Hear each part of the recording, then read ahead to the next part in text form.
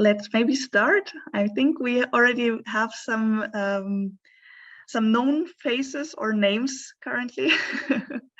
And somewhere I'm really curious about what is your background. A warm welcome, first of all, to everybody who's here already. Maybe some more people will join us in a minute. Yeah, first of all, welcome everybody to our today's afternoon session with a maybe little normative title, The Beauty of Sustainable Mobility. Let's dive into the topic and let's get to know a little bit more about the concept and discuss in the next 1.5 hours. So my name is Lisa Schäfer. I am traffic and transportation psychologist at Technische Universität in Dresden in Germany. And I'm member of the consortium around the European Union's Horizon 2020 project, Rebalance. And in the frame of this project, we invited you today to the session. Also, I am the moderator of the session. So I will lead you through the whole session today, and and as well collect your questions and coordinate today. Well, what is the project Rebalance? It is an exercise that tries to develop a vision on how an European movement towards transport planning that is becoming more sensitive to human needs beyond productivism and efficiency could look like. So in fact, how to rebalance a changing mobility narrative and the grown environment, the grown system, and the current present culture. For everybody who does not know our project yet, I would warmly recommend our website. It's rebalancemobility.eu. And there you can find various talks, ideas, and thoughts that we collected and combined as well during the last 1.5 years in the project. So that means we are in a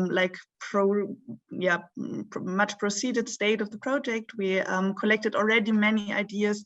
I see some of the people in the audience which are already joined the project, which already shared their ideas with us. And this is basically the idea of the project, to being able to discuss all the different perspectives and combine them to a future vision of mobility, and giving the European Commission as well an idea of how to be able to implement all these ideas, right? So what will we do today? Today we will dive deep into the meaning of being mobile, far beyond moving from one place to another. And we will sneak in the philosophical field of aesthetics, which I'm personally very keen to learn more about that. Because for me, as a psychologist, beauty would rather be translated as a set of individual perceptions that are indeed very difficult to approach, especially when it comes to the complex stimuli people that are mobile deal with. So we will have in our session a keynote presentation. We will start with that, and we will have a very interesting expert panel for the following discussion. So please feel free to ask questions. We're going to manage that through the question and answer section here. There's a function in the Zoom implemented where you can write down your questions, and we are going to include them in our discussion. And we would be very happy if you join the discussion and enter the your thoughts and your questions to understand these concepts we are going to talk about, and fill in with your expertise maybe. So let's see if our keynote speaker, who is actually also a professional in storytelling, how he can bring us closer to the beauty of mobility today. He is Doctor in Humanities and in Philosophy, and he's professor of aesthetics at the University of Salerno in Italy. And he's very much engaged in combining like modern development and philosophical approaches. So a warm welcome to Filippo Fimiani. I'm very happy to having you today here and looking forward to your presentation. The floor is yours. Thank you, Lisa. Thank you so much. Thank you for the invitation. For me, it's an honor and a really pleasure to be here. I will try to test a little exercise, as you said just before, about rebalance, about the relationship between aesthetics, motility, and mobility, technological and digital. I will start with a few words quoted from Rebalance presentation. For me, it's a big question.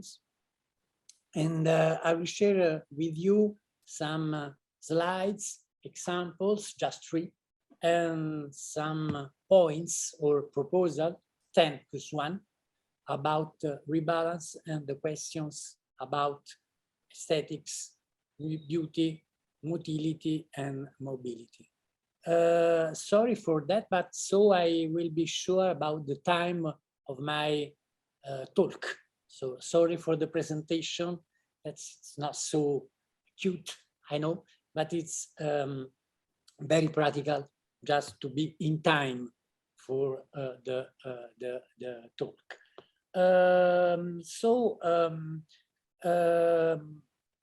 Let's go start with the questions that for me is the start point of my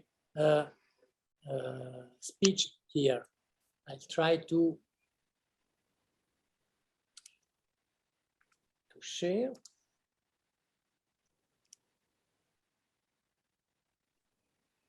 It's okay. Yes. Yeah. It's okay. Perfect.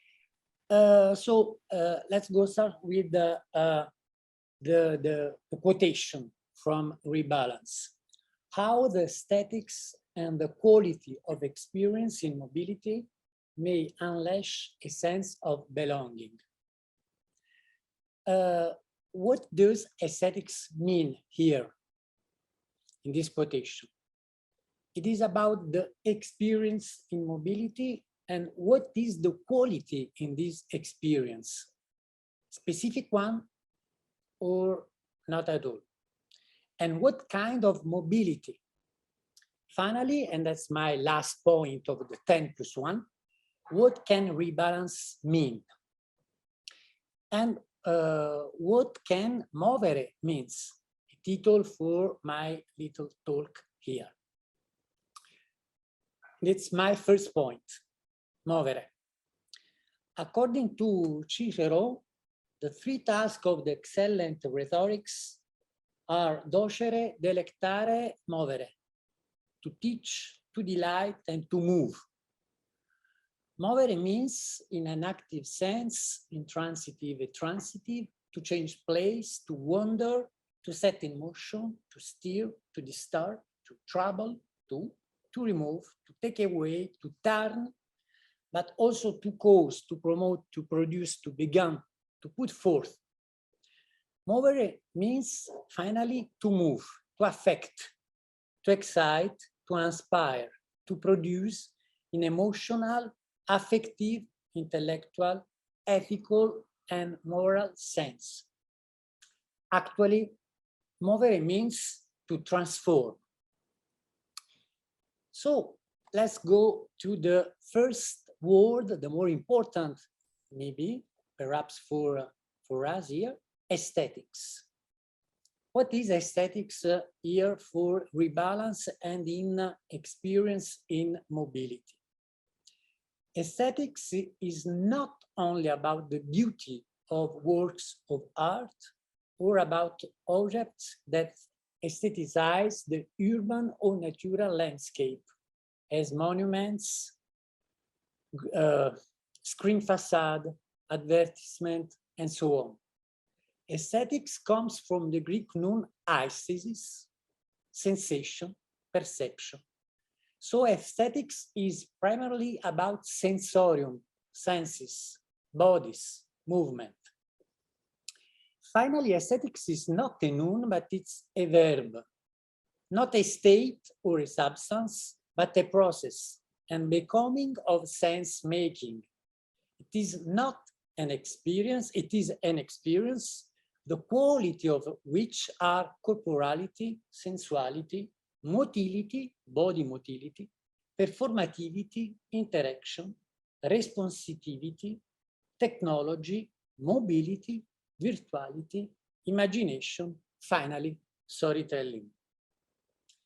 The aesthetics experience of a complex environment as a urban landscape, but a natural one too, is a flow of non-specific perceptions unified by body motility and by transport mobility, but by our technical mobile devices too, is one of my thesis or proposal here.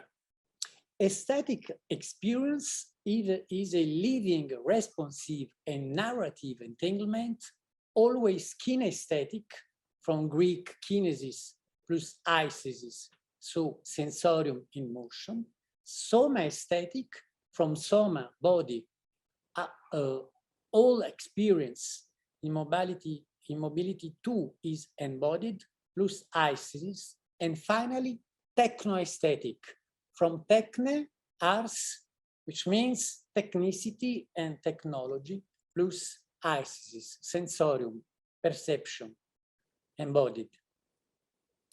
So, in this way, aesthetic is a living experience on the move in the world, among beings, people, things, atmospheres, media, images.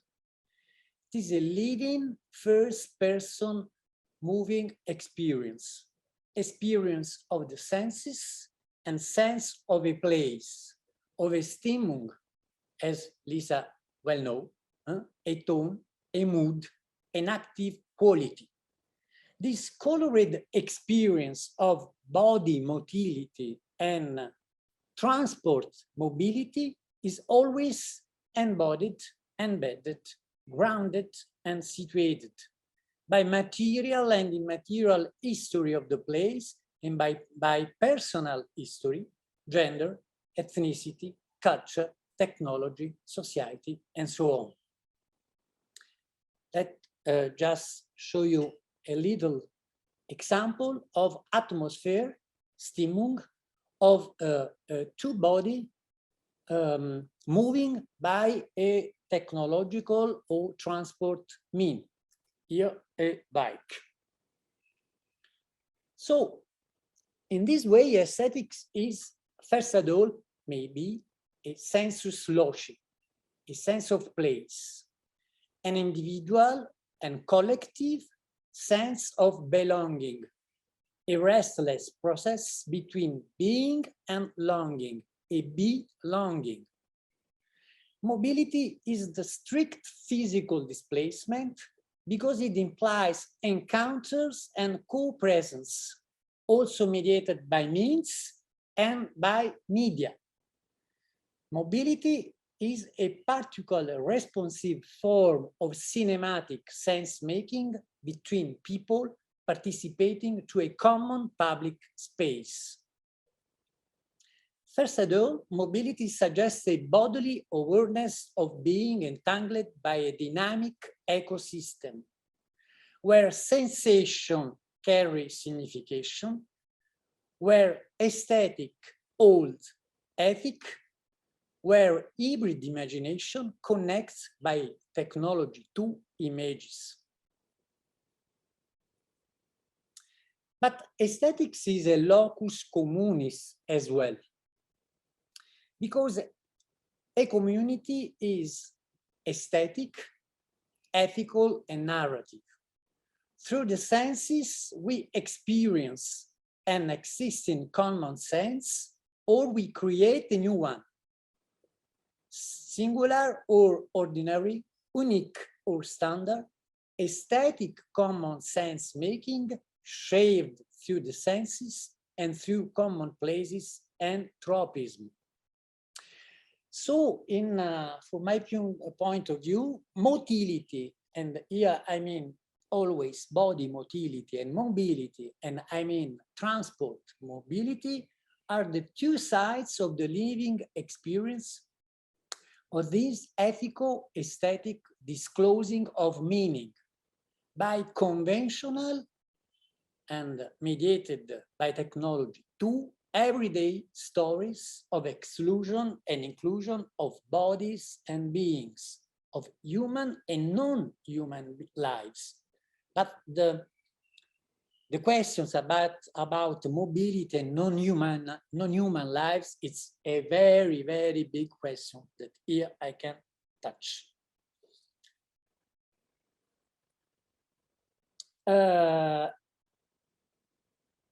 As Lisa again knows very well, as Ulrich, the anti-hero of Musil, the man without quality, says to himself, as he passes from the monotony of the countryside to the moving sensorial chaos of the changing city, I quote, in the basic relationship they have with themselves, nearly all men are narrators. Fine, end of the quotation. Today, the human self-storytelling is nearly all mobile and digital, and made by us as prosumers, producers, and consumers. So let's go to the essential point of my talk, digital mobility. Digital mobility is not just increased practical information, docere, or dull pleasure, delectare, maybe consumption. It is a locative shared storytelling and interaction by people in movement, in motion, for work, for fun, for discover, for survive, sorry for the mistake, actually for intensify and communicate the experience of their natural and social surroundings. Digital mobility is linked to movere in the rhetorical meaning. Thanks to geolocated apps and social networks, this new mobility can allow a fresh aesthetic experience shared by community in making through bottom-up creative practices.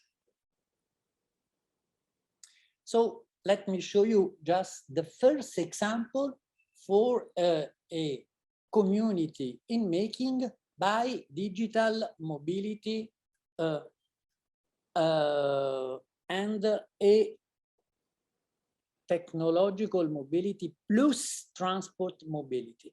I go to the video.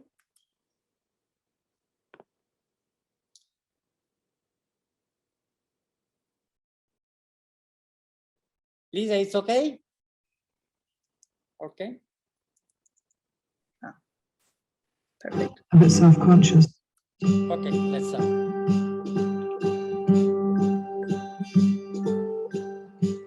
This is one of those moments when you're on your own.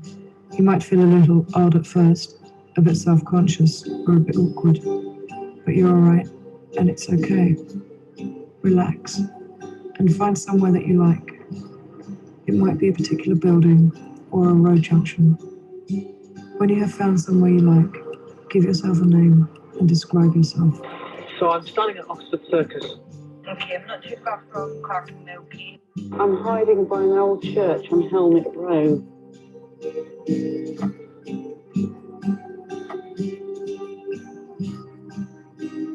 I'm Maria, I'm 27. Yo, this is Quincy.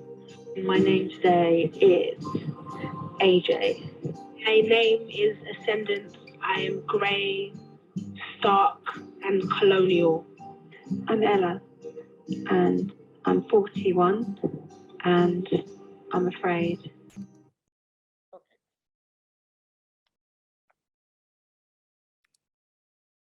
I think it's enough just for to understand the proposal and the meaning of this experiment.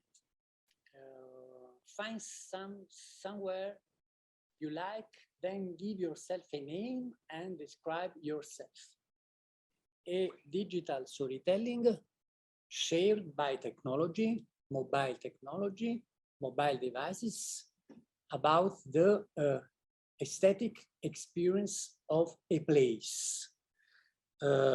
Experience may be beautiful, maybe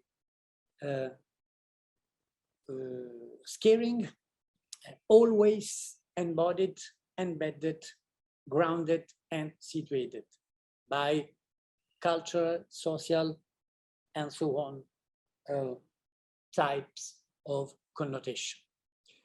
So this first example show us that opposed to static contemplation and tranquil absorption in a work of art display, the mobile aesthetic experience is about a shared beauty of public spaces, linked to a pooled function in real time, which can inform, docere, move, movere, and pleasure, delectare.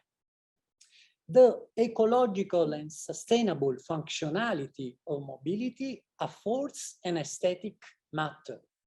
And here is created also through new digital media. By new storytelling, we can extend our body motility and transport mobility. We can intensify our ordinary knowledge and ethical aesthetic experience, our togetherness sensibility, and finally, the future of the rebalance agency in innovative public mobile policies. How that? By hacking and profaning, as Giorgio Agambo says, the dispositive nets of our smart cities. We can turn back the mobile medium to a new common use and to an alternative aesthetic experience and to an user-generated counter storytelling. The ER and QR codes, very popular among street artists, we can connect virtual elements to the urban physical spaces, and actually we can change the aesthetic experience of motility and mobility. Here, just two short examples, complementary, very different.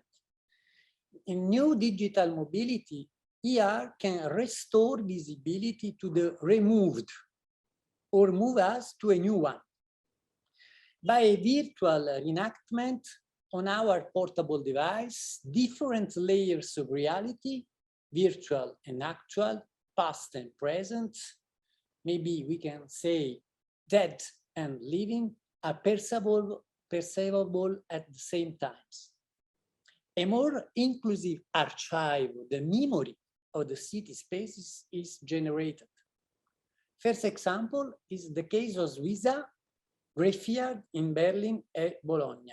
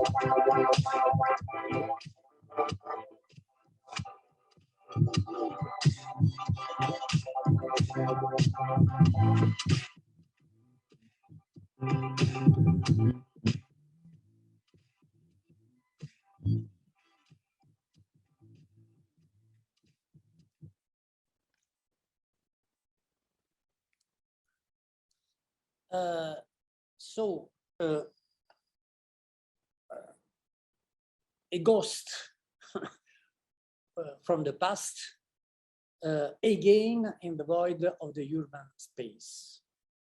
The other example is just the opposite, a new way for making a void in the urban space. Taking a virtual traffic jam in Google Maps with a lot of smartphones in a handcart, Simon Beckett provoked a real change in urban motility and mobility and a fresh aesthetic experience of a very ordinary place in Berlin. Let me show you this one.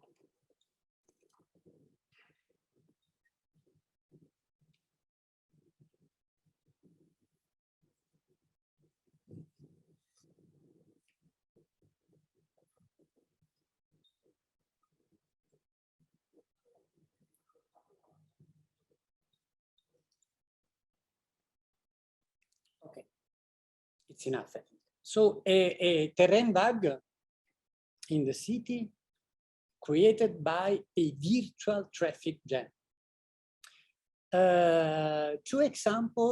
Two artistic example of new digital mobility and the use of the new digital mobility on body motility and on transport mobility.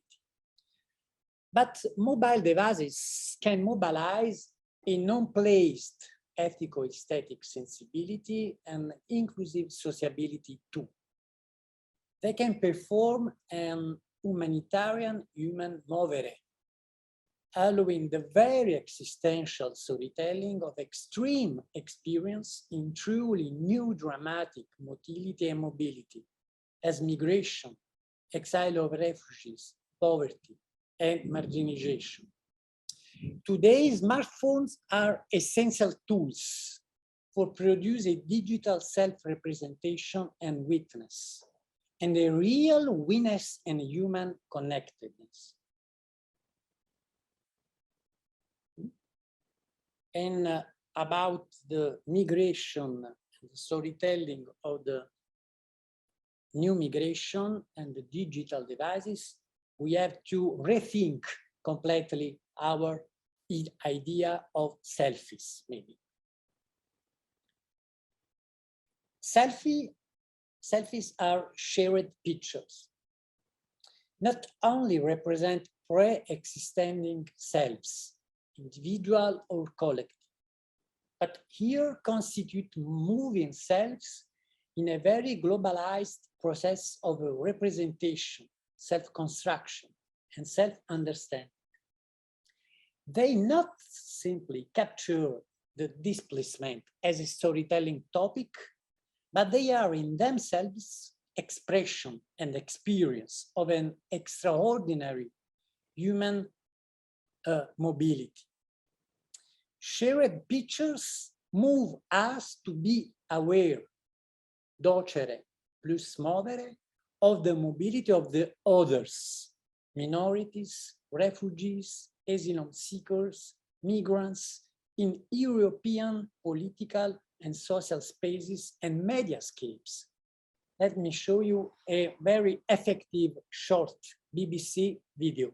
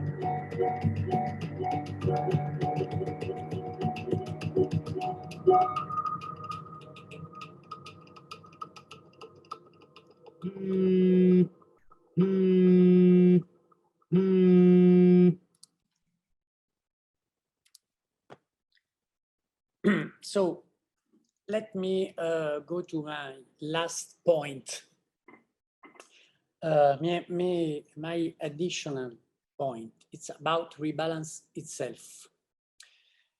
For me, rebalance moves us to a very crucial new balancing of human connectivity and a sustainable aesthetic and ethical equilibrium between the bodily motility, transport mobility, and digital mobility.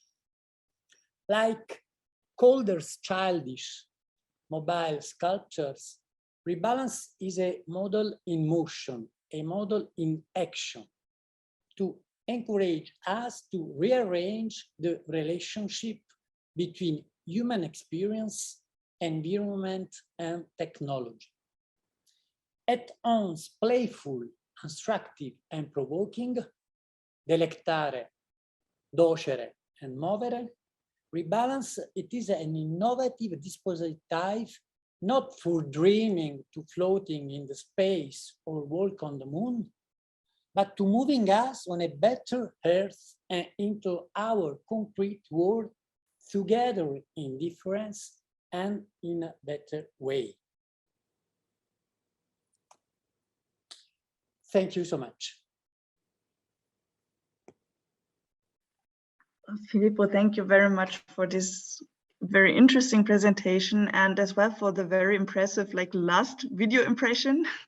my thoughts are still a little bit there. And yeah, as well, thank you for like sharing your thoughts as well on the rebalance concept. Like, what does it mean? I like the last slide, which you like showed very shortly only, but like it makes a lot of things clear, I think, on how you would like put the rebalancing idea, right? I like this mobility moving construction here as well.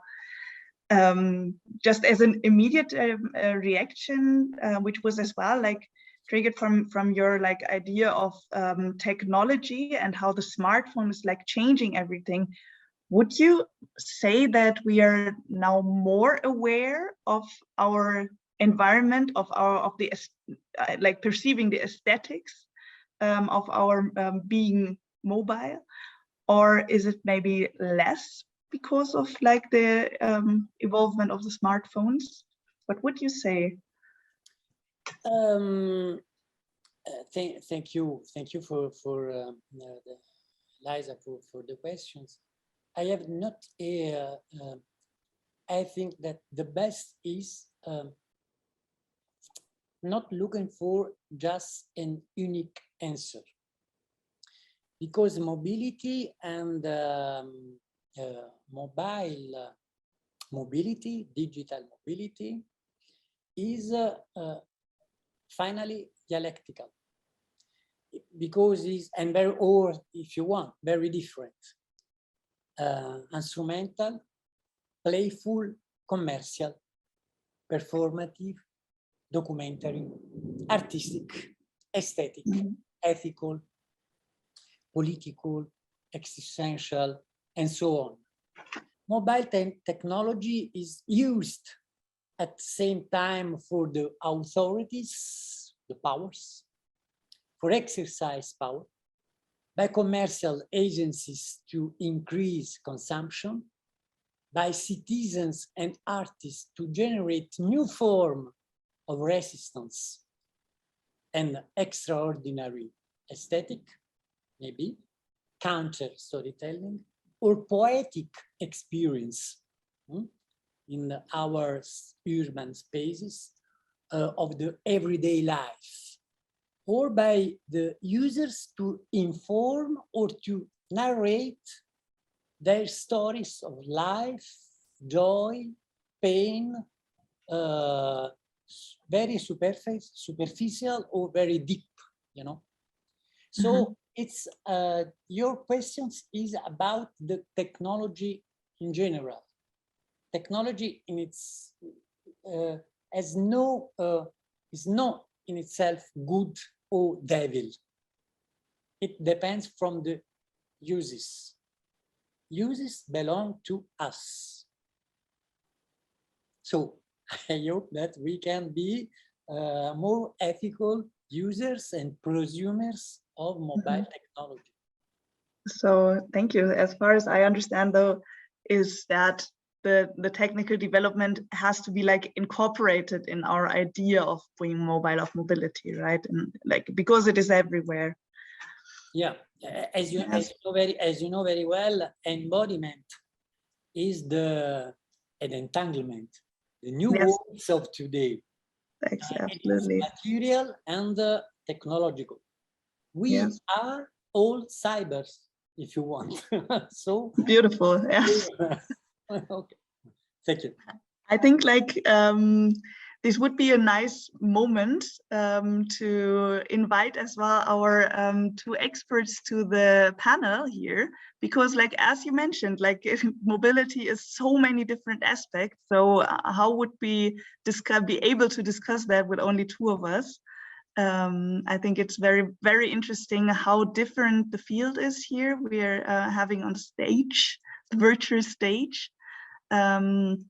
Because I'm able to present you Christina Marolda, who, she has been a policy officer and was in charge of research and innovation in the EC Directorate General for Mobility and Transport.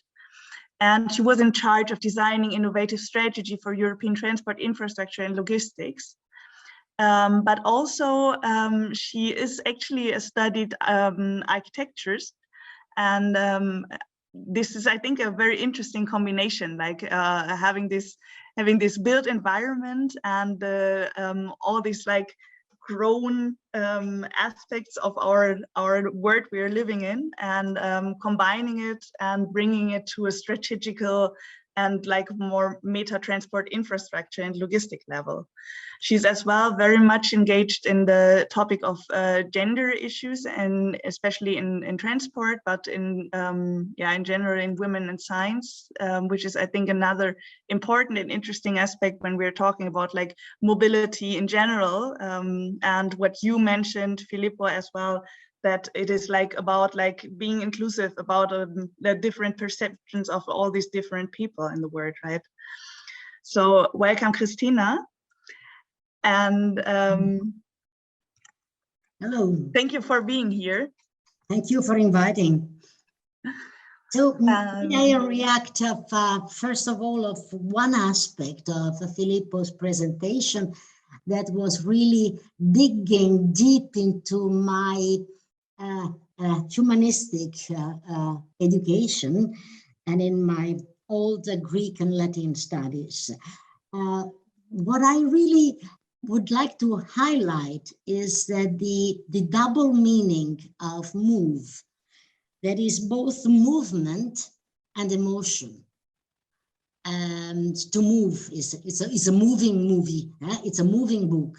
So because it gives you emotions, and still you move from one place to the other. So I think that if we are talking about the aesthetics, and please correct me if I understood it wrongly, Filippo, I think it's really your perception of your motility and mobility.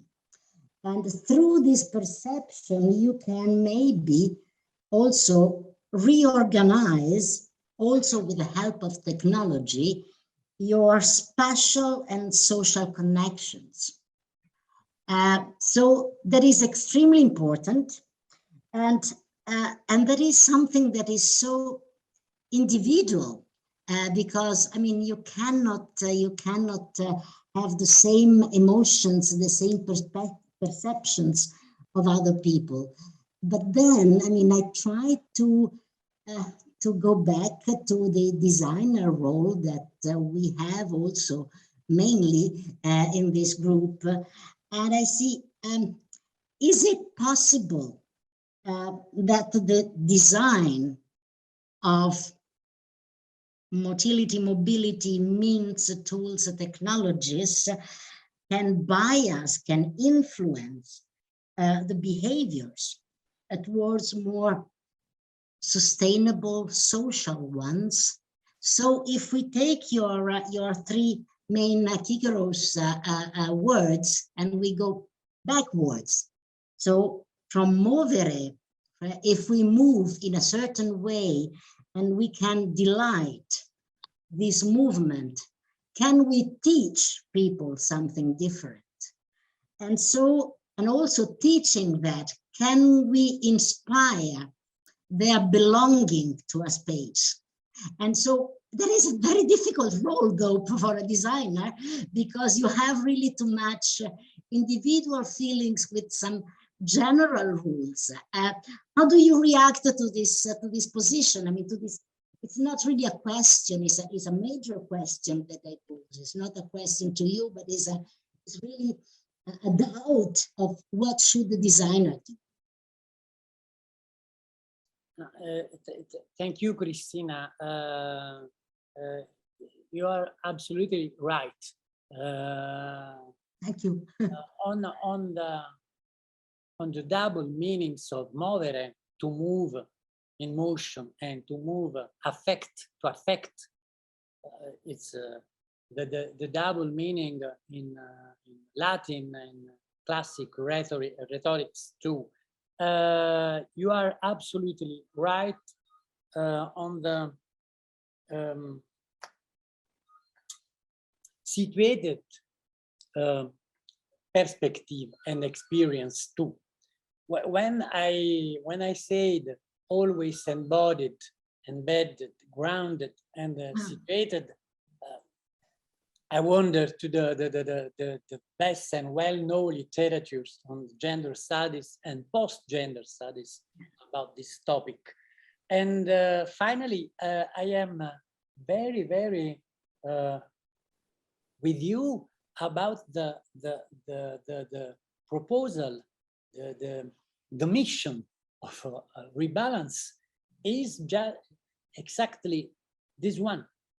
Finally, to teach, to delight, to experience a new way of social mobility and an inclusive one. You're perfectly on the essential topic of the questions, and I know it's very hard for the designers. It's a lot of delightful for the thinkers, for the scholars, I mean, academic scholars. So thank you very much.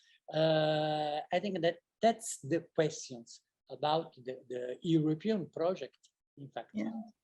So thank you very much. Thank you. Thank you. Interesting aspects.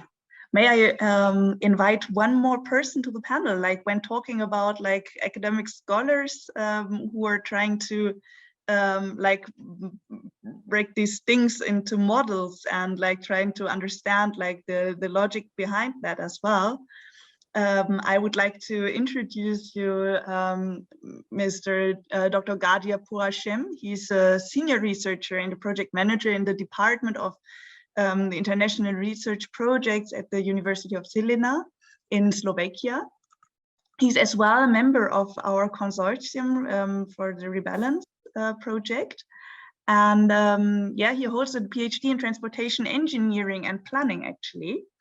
So he can like yeah, enrich the discussion as well with this this side of planning and engineering thoughts, but also, which is very interesting, and like he always turns out as the expert in like topics like value of travel time, like how we perceive travel time, how we use it, and yeah, has a lot of like publications about these topics. So he's very much like interested in this hedonic aspects of mobility as well. And I think he's like a perfect completion for our panel here. So welcome, Gadia. Nice to have you here. Thank you very much, Lisa. And thank you very much, Filippo, for a very nice presentation. So I would like just, to take this statement from the presentation of Filippo. It goes again to this concept of movere. So, which means to move, affect, to inspire, in an emotional, affective sense, to actually transform. So, my question is now, this affective evaluation from the people's point of view, so it can be positive or negative, yeah. So then, how this aesthetic, this kind of feelings that they're coming from the emotion, moods of people that you were explaining, can be really captured, and be embedded in current, strategies, policies that can be used for the future mobility planning, in the mobility context. To what extent, we can somehow institutionalize this kind of the aesthetic and the affective evaluation of people in our current policies and strategies that currently that are in practice. This is my first question. Then I will ask my second question if you have time.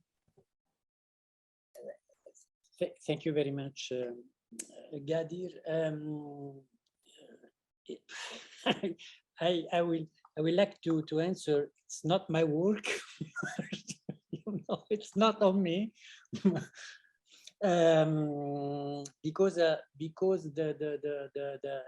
gap between a political reflection about sensorium or aesthetic experience and the design the political and pragmatic and realistic actual design of policies, the difference between politics and policies, it's a very, very, very big gap. So I haven't an answer for you about on the plan of the design and strategies. For me, look, I wonder about empathy. It's the same paradoxical and very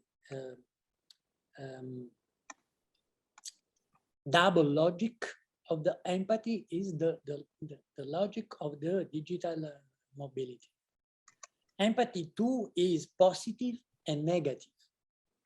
Empathy is sympathetic with the others, the other one, human beings or animals, no? But is only it isn't only this side. Empathy is too is also fear, disgust, and so on. I think that the first step we have to maybe to do is let's start to think about the complexity of our topic. Mobility as empathy is at the same time for and with the other ones, human beings, inclusive, and so on. But to the other side is, and it's human too, negative. I think that the first step to do is exactly this one. For the designers too, on a European or more generally project dimension about mobility, transport mobility, and human mobility. This is maybe my answer, very, very, very little answer to your big questions about the designer, the topic and the task for a designer. Thank you very much, Filippo. I don't know, Lisa, do I have time to ask the second question? Yes, feel free. Okay. Sure. So now, you know, this concept of the 15-minute city or a slow city is very hot topic in, you know, among designers, planners, you know, politicians. So they would like, you know, by, you know, implementing this concept of the 15-minute city to bring more, you know, you know, to improve the quality of life for people, which means that to bringing more aesthetic dimension that, you know, bring more well-being. So, you know, when people, they are working in their neighborhood or their, you know, their area, they could, you know, somehow have the feeling of belonging. From your point of view, so how, to what extent this kind of, this concept of movere and the belonging that you are explaining could, or, you know, should be implemented or should be taken into account when, you know, planners or designers, you know, they start implementing this 15-minute city in ground. So to what extent do you see, you know, use of this? First of all, yes, yes. The quality is one of the empowerment or the intensification to intensify our experience, our aesthetic experience, is a key word of our modernity, as you know. Intensify the experience is maybe perhaps the best keyword of the modernity, from Baudelaire to today. Intensify our experience. The quality of the experience today is a social and inclusive quality, maybe. So it's the first answer to your questions. Quality in the very pragmatic point of view is empowerment of the quality of the life, of the being, and the well-being of the human being. Aesthetic is experience. So, but I will try again to point the other side, the dark side of the quality. As the emotions, they are very negative emotions. Well, there are very negative qualities.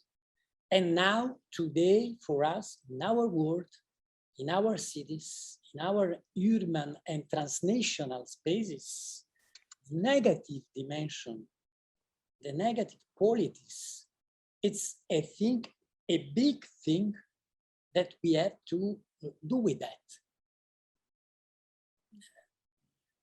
Just the past manifestations, political manifestation in our world are for rights, yeah, for rights, but negative qualities point out in the city spaces.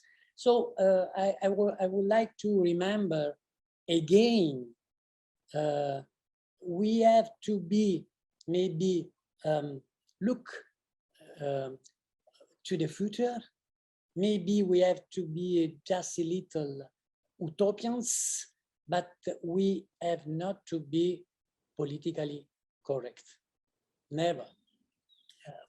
Qualities as emotions, as aesthetics, as empathy are negative ones too. It's human. Okay. So thank you very much, Filippo. Okay.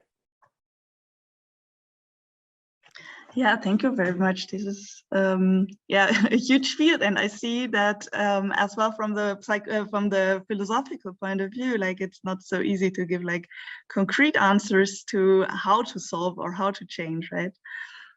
So this is actually the body of our whole project, right? That we try to like get the field closer and smaller and more narrow to find a way to establish a new narrative, right? I like very much, Filippo, like your idea of like being a storyteller. Like, everyone is telling their own stories. It's self-storytelling, yeah, a society where we live in. Like, we are mobile and we can share what we do, where we are. But would you say that there is now like a narrative change in mobility, like when we're being able to share our experiences? Like, is it something inherently like changing? Is it like what a game changer would be when we are able to share our experience like live and right on the way? Yeah, thank you. Yeah, I think so. But the means for the storytellings are new. Yeah. That's all. We have new means by for writing, for talking, for shape our experience. In the past, before digital revolution, before a smartphone, it's totally different. It's the sense of my quotation from New Zealand. Mm-hmm. Just a little bit ironic, maybe. It's the sense of the quotation. Now, our storytelling is mobile and digital. So it's a fact, you know. But wasn't the main character in Muvi's book about like searching for like sense making in life, like getting lost in the in the current stages and like searching for a way to go out of that. Is it what we're doing here currently when we're searching for the beauty of sustainable mobility, when we're searching for sustainable mobility and so on? Is it like we're trying to find a beauty, to find a sense in that? Well, life is sense making. No? A human being is always in search of a sense making with the others, never just himself or herself. Sense making is a collective and shared sense making. Now, this sense making that's essential. It's the life. It's our life, historical life. Is digital, and by technology, mobile devices too. That's the only difference. But here again,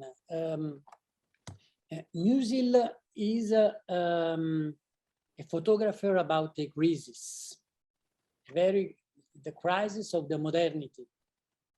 Now, it's not exactly the same thing.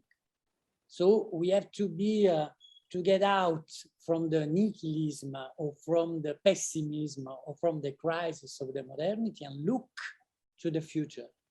But this gaze to the future may be we have to shape our vision of the future with the digital technologies. No, no, without. It's impossible. Mm-hmm. Christina, would you say that there's maybe like through this ability of sharing experiences, does it have an inclusive effect?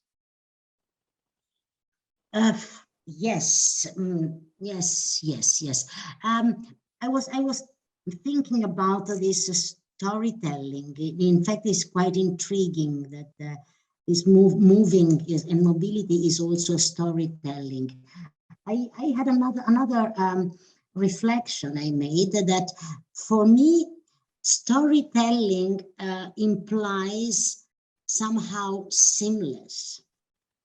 So is storytelling linked to seamless mobility, and how even in the last movie that you showed, the last video, you have impediment, you have obstacles that stop your movement. So, but that is still storytelling. So, how do you see these two things together? How do you feel? And of course, there is part of inclusivity, but inclusivity means also that you have to share the same language and the same tools. And until you are not there, maybe you cannot reach the total inclusivity. To answer your question, Lisa. But I just would like to know what Filippo thinks about this seamless movement. Thank you so much.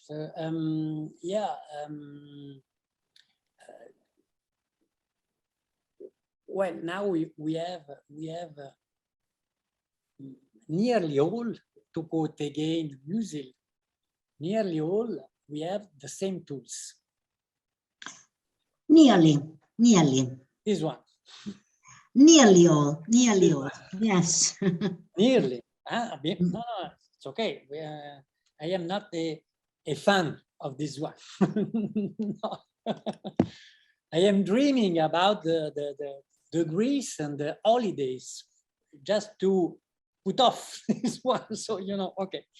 So, but it's time for travel time and time for holidays. It's a historic choice. Well, cultural and social and economic choice and possibility for me.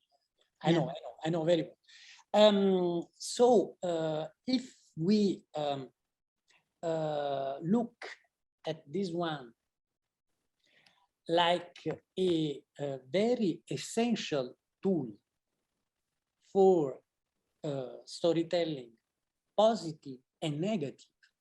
Okay. With in the mind the gaze, the vision of an inclusivity to gain. Maybe this is the right way to rethink technologies too. And that comes again the role of the designer, maybe. Oh, because I mean, technology is designed by somebody, and then the design should keep in mind the use that you will have of this technology. So I mean, the designer has a great responsibility in designing something that can be effectively aesthetic for the user and also inclusive for the society. So that is quite an important task. And it's not easy because I think that is not yet understood exactly how to redesign things in order to make them more suitable to this new vision of mobility that we have. Yeah, sure. But if we have something maybe a good one, I am not so sure, but after COVID, coronavirus, and after 3 years now in the war, if we have learned something, is about the fact that this one is very essential for the humanity. Yeah, today, unfortunately, it is.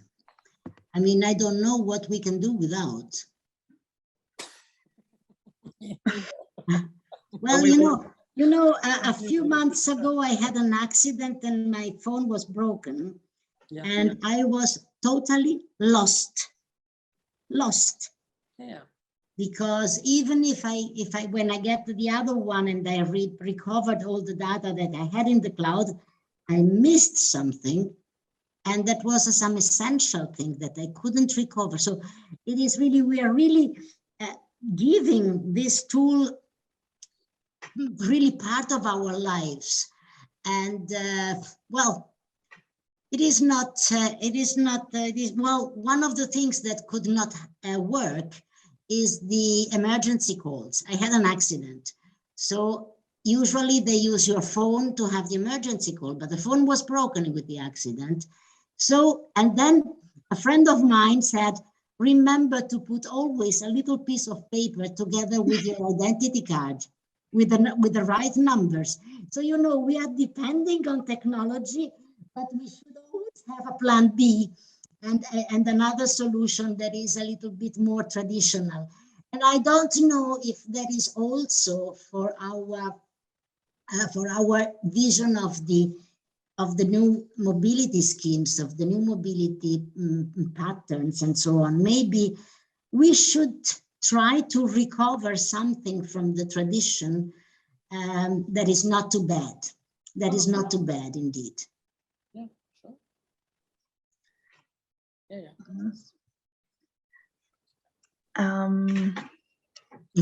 I would like to have a small little exercise with you because when we were reading your prepared slides, Filippo, we came up with like many ideas, and you have had citations of books, and you are very much interested in this literature topics. So there were a lot of like aspects like from well-known books out there that like tackle some of the questions you raised during your presentation. So if you like to be in, like I would like to like give you some of these citations, some of these quotes, and maybe we can like a little bit like share thoughts. I would like to include there as well, like Christina and Gadir, and yeah, maybe talk a little bit about these topics and how like in the literature it was tackled. I mean, this is always a reflection on yeah, culture, but it is always a very special one, right? So please let me share Yes.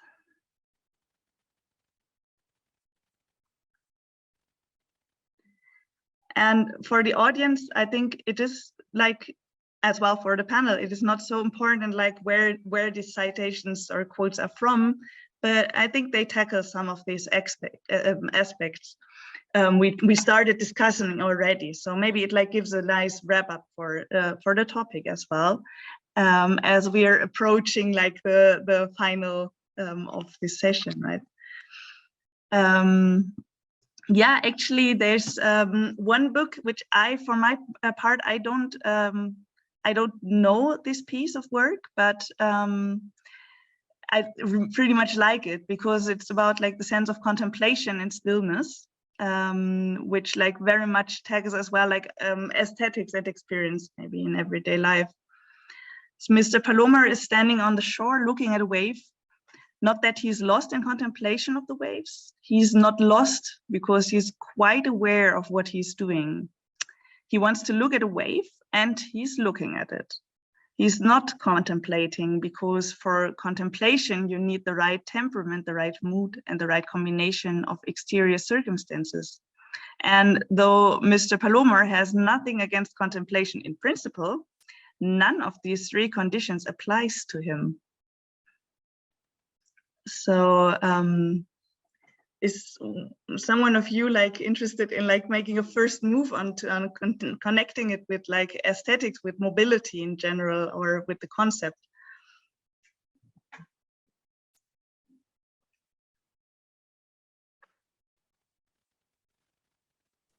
What we have to do to react to the quotation?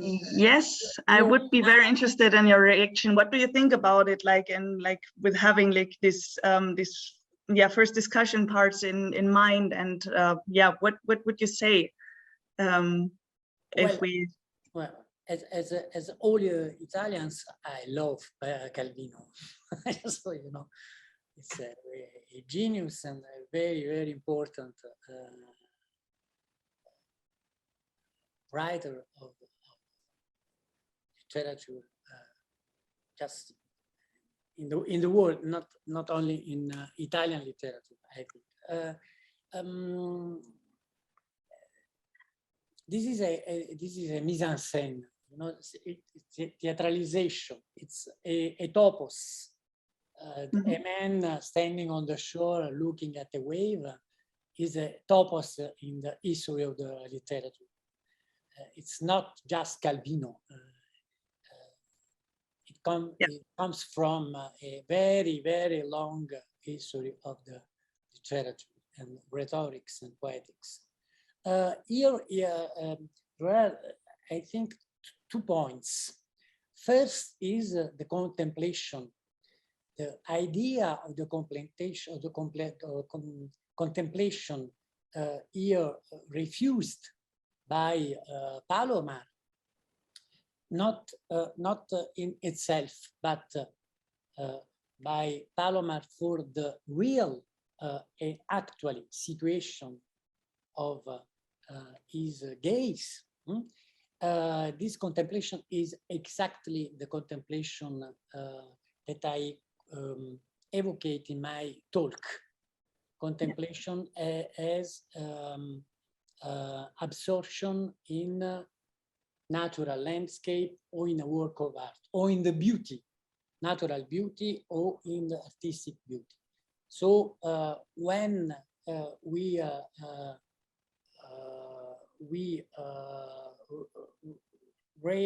read about contemplation, we have, I think, to remind us the long history, philosophical, literary, artistic, and so on, about contemplation versus distraction.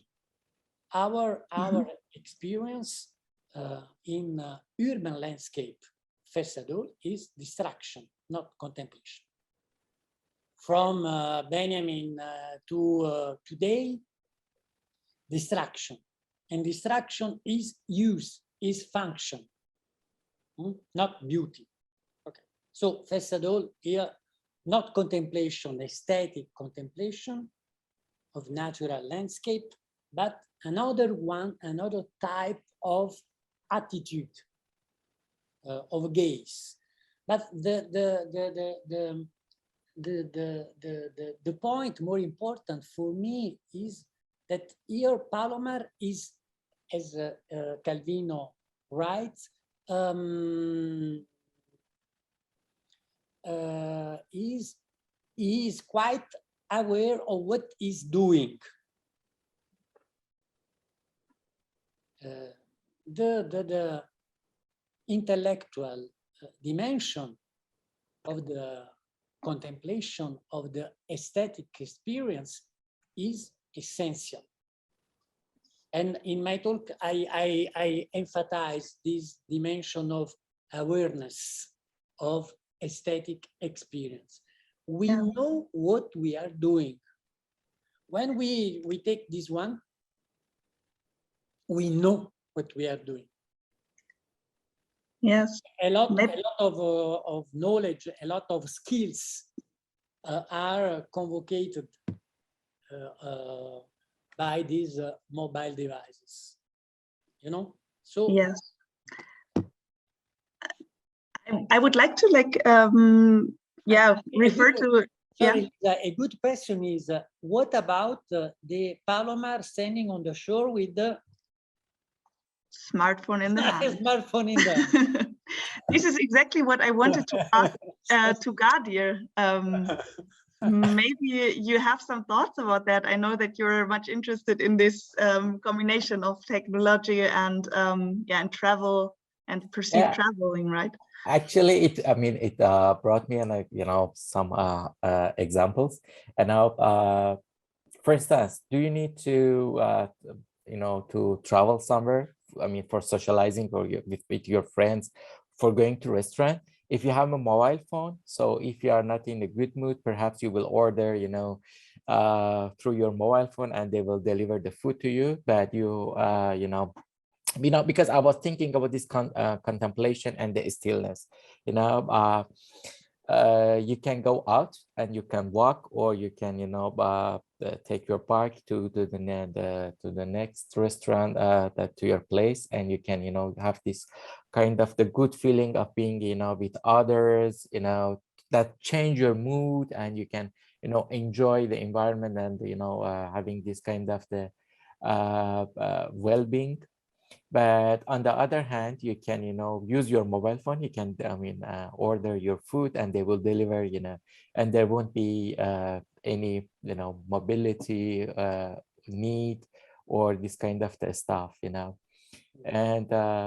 it's just an example that came to my mind, of that can somehow reflect this, quote from Italo in the mobility context, and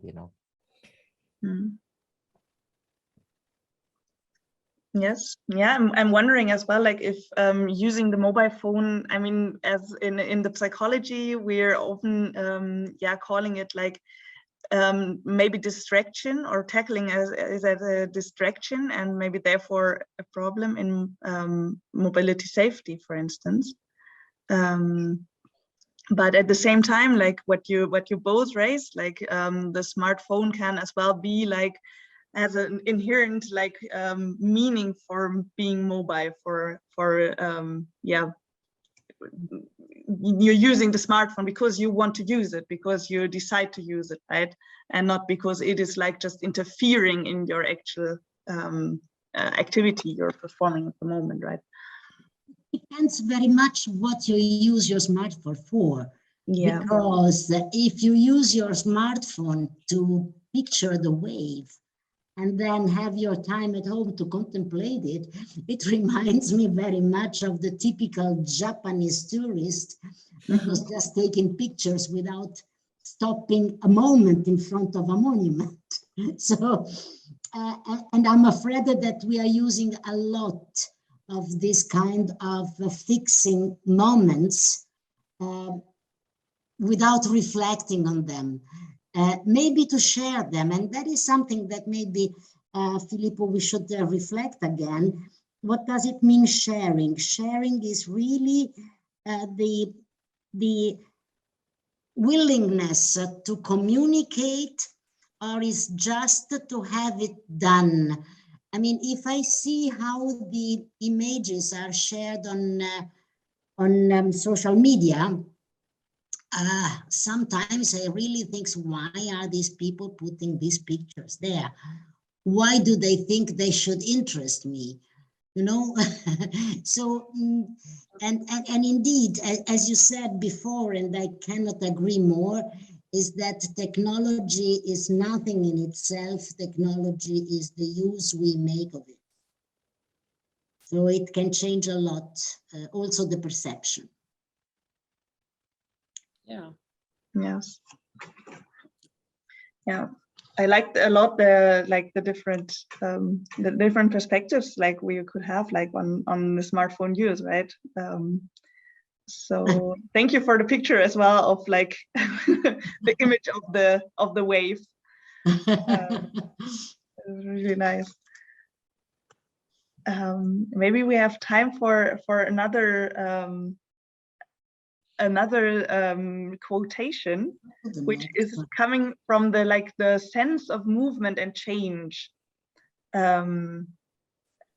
It says it's about like Captain Nemo by Jules Verne, and it says like Captain Nemo's emblem reproduced on the flag he raised when claiming the South Pole is a large golden N on a black field. The motto of the Nautilus was Mobilis in Mobili, a Latin phrase which Aronix translates as moving within a moving element. It has also been rendered as moving within motion and changing with change. And I think like this quote like very nicely like brings us to a very like abstract way of thinking about like mobility, about change, about where are we in for now, and how can we like tackle the change when we are in it. What are we doing when we are mobile, and we are actually mobile as a society as well, right? And how can we like use that to change? What are your thoughts about that when you read that quote about movement and change? I have an image that is coming to me, and it is being in a moving vehicle, whatever, and trying from the inside to change the direction. And it is almost an impossible mission. So, if you don't have a steering wheel, right? You have to have two steering wheels or whatever. Or if you move inside these moving vehicles, it's a fake movement because you go with the vehicle in any case. So that is a tricky sentence. I mean, I never thought in this way, but I think it's quite tricky. Yeah, thanks to our colleague, we now have to think about that one. Maybe we can fix in the mind the difference between motility, that's motion of a body or a being, and mobility. Yeah, mobility is not just a potentiality of the motility, but is a motility by means, by technological means. And here I think about a bike, car, bus, or a digital device. Maybe we can have in mind a difference of meaning and a difference between two words, very different, I think. Motility is embodied by a body. Mobility is embodied too by a means, a construct, a built means. You know, car, bike, train, ship, and so on. Maybe, I don't know. Actually, it reminds me, this kind of the trends for a while that we have. It means that, for a while people, are interested in some kind of, transport mode. And, because being in that environment, you must be some, receive some kind, to be encouraged to change your behavior or attitude and mindset towards that. I will just give you an example of these scooters or micromobility. At the beginning, most of the people, they were interested, they were moving with this motion or with this kind of trend. And then they were somehow changing their lifestyle or, mobility style. Instead of walking or using bike, they were using this kind of the micromobility services in our cities. But after a while, some of them, they changed their lifestyle and the behavior, but some of them, they, after some kind of experience that they gained, with this kind of the devices, they, try to again to change that kind of the I would say the previous or their past behavior, using again bike or walking. Sometimes you are in a kind of the situation, you must accompany that motion or movement, and you might get also some kind of change in your attitude and even your real behavior. But it's kind of trade-off at the end. It depends that to what extent that person will learn from this kind of the experience and moving with this kind of I would say flow or motion that we have. So I guess it would be also very nice, if we can use this moving with motions for some, I would say, behavioral change of people, changing the mindset towards some kind of, things that would be at the end good for the public. For instance, using more, switching from more motorized vehicles to, non-motorized, that can benefit, the society and also the people, that it would be good for public health. It will reduce the carbon emission, and all these kind of the aspects that might be as the consequences of moving with motion. And so I would say that it has, again, two sides, positive and negative. So it looks that from which angle we look at it. Yeah, thank you very much, Daddy. It's a very methodological important point, because for me, it means that a very good one, psychology, cultural psychology too, is linked to a very good phenomenology, because the experience of a place or a transport mean is never the same. Just you said a train, it's very, very different from a bicycle, So the body experience, the transport experience, it's very, very different. And we have, I think, not just in scholar papers, we have to rethink very, very careful about the difference of singular experience. It's a very important point. And to go back to Christina about the Japanese attitude. You are right. It's not so politically correct, your mark about the Japanese. I know.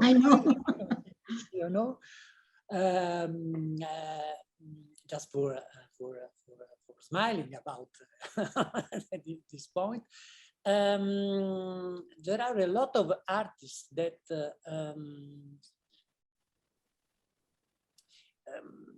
we can find a new reshape and just new strategy to inhibit the shooting of too much pictures. there are a lot of artists who created a mobile dispositive, a mobile device that with the geolocalization are informed by the fact that here in this place to the sunset in Rome, front of the Colosseum, there are a quantity of pictures shared in the net too much. So there is some artist who created a mobile device shaped to inhibit the shooting. Wow. Just for fun, but is a point of reflection about the big question of the ecology of the picture now, today. Yeah, it stops to have too many pictures, but it support and foster the idea of sharing. So there are already so many. Why do you have to take your own? Share the others. Yeah, maybe. But Nice twist. yeah. We come always back to your points, Filippo. I mean, we are bound to follow you in whatever we think. We will have to refer to you from now on, always. No. Yeah, it's a pretty a universal perspective, right? Yeah. Yes. Yes. Not singular at all, you know. You are just one between a million, billions of people, a tourist people. And now in the touristic studies, the point, the questions about the mobile is essential. Yeah. Yes, especially in the aftermath of COVID-19, right?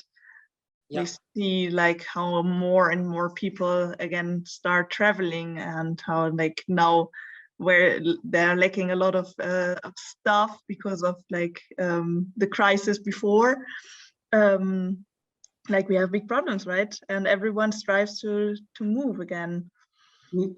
Yeah. So, Yeah. yes. May I share one last quote with you, which maybe wraps up the whole beauty of sustainable mobility, which wait, I have to because it concerns the sense of beauty as an ideal, and it comes from the memoir of Hadrian.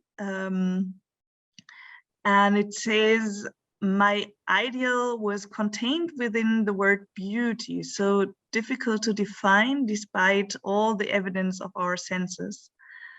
I felt responsible for sustaining and increasing the beauty of the world. I wanted the cities to be splendid, spacious and airy, their streets sprayed with clean water, their inhabitants all human beings whose bodies were neither degraded by marks of misery and servitude, nor bloated by vulgar riches." Yeah. So what is beauty for you? That's the point. Beauty point. and mobility for you. Is beauty or is aesthetics always beautiful for everyone? Nope. Lisa, for me, it's the in my formation I am French formation. I dream in French, so and for me, this is the only beauty, human beauty, built beauty, historic beauty, shared beauty, the beauty of the human between other beings, human beings, and not the vulgar riches. So for me, this is the beauty, but it's not artistic beauty. It's human beauty, and built one, not natural. Here there are it's not a natural beauty, not so old, you know. Maybe I'm utopic, but this is the maybe the future of our city. I don't know if it's possible. So you would say it's human-made beautiness, or it's the beauty of like being human? Here, for me, it's a beauty, human beauty, built beauty. So historic beauty, a city is built, shared with other humans. So here there is no space for the natural beauty. Here in the quote Okay. Not at all. I am no so I am no so universal, you know. But here I think that the aesthetic really combines with ethic, because if you want the cities to be spacious, sprayed with clean water, and human beings neither degraded by marks of misery and servitude nor bloated by vulgar riches. So that is really a question of ethics more than beauty. Because that is harmony, that is well-being, that is happiness. It's a lot of other things. So, and then again, aesthetics and ethics come together. So you would say that there's the ethical component in it. That means as well that, like, according to like individual perspectives or value orientations, the beauty is perceived in a different way. Do I get you right there? Yes, but if the beauty is ethical, everybody will perceive it as a beauty. If we all share the same ethical mind, right? Yes, I mean, it is grounded in a culture and in a society. So you have to share the basic values, of course, and the basic ethic values. And what about the vulgar riches? Would they share? They won't, but who cares? Exactly.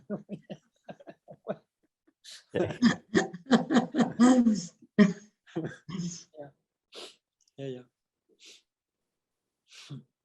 So yeah, I think this is a beautiful ending, maybe. I like it. I like to keep it as a last sentence, actually, because I think it makes a very interesting aspect of like the whole mobility discussion, and the whole, like, what is sustainability and so on. Like, when we're talking about that, we have to talk about inclusiveness. We have to talk about like different perspectives. But if we try to achieve a culture change, or as well like a narrative change towards like being in a natural beauty and understanding like the nature as well as beauty, and creating a beauty which is like ethical, maybe, we actually, you are right what you said there, and who cares about the rich? They are as important as all the other groups are, right? And they are not only the vulgar riches, the vulgar riches, yes. Not the exactly.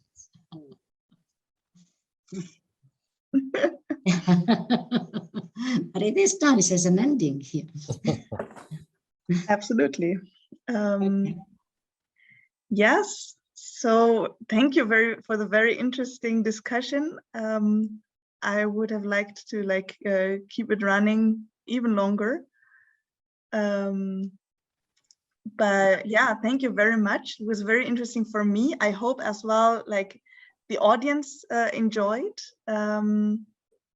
And I was very happy hosting you all and having you here. Thank you very much, Filippo. Thank you very much, Christina. And thank you very much, Gadir, for being here and sharing your thoughts. Yeah. Thank you for this Thank- very, very, very stimulating conversation. Thank you very much. Thank you. Thank you all. Wish Thank you a you. very nice evening. Bye. Thank you. Thank you. Bye. Same for you Bye. all. Bye. Bye. Thank you, everybody. Bye-bye.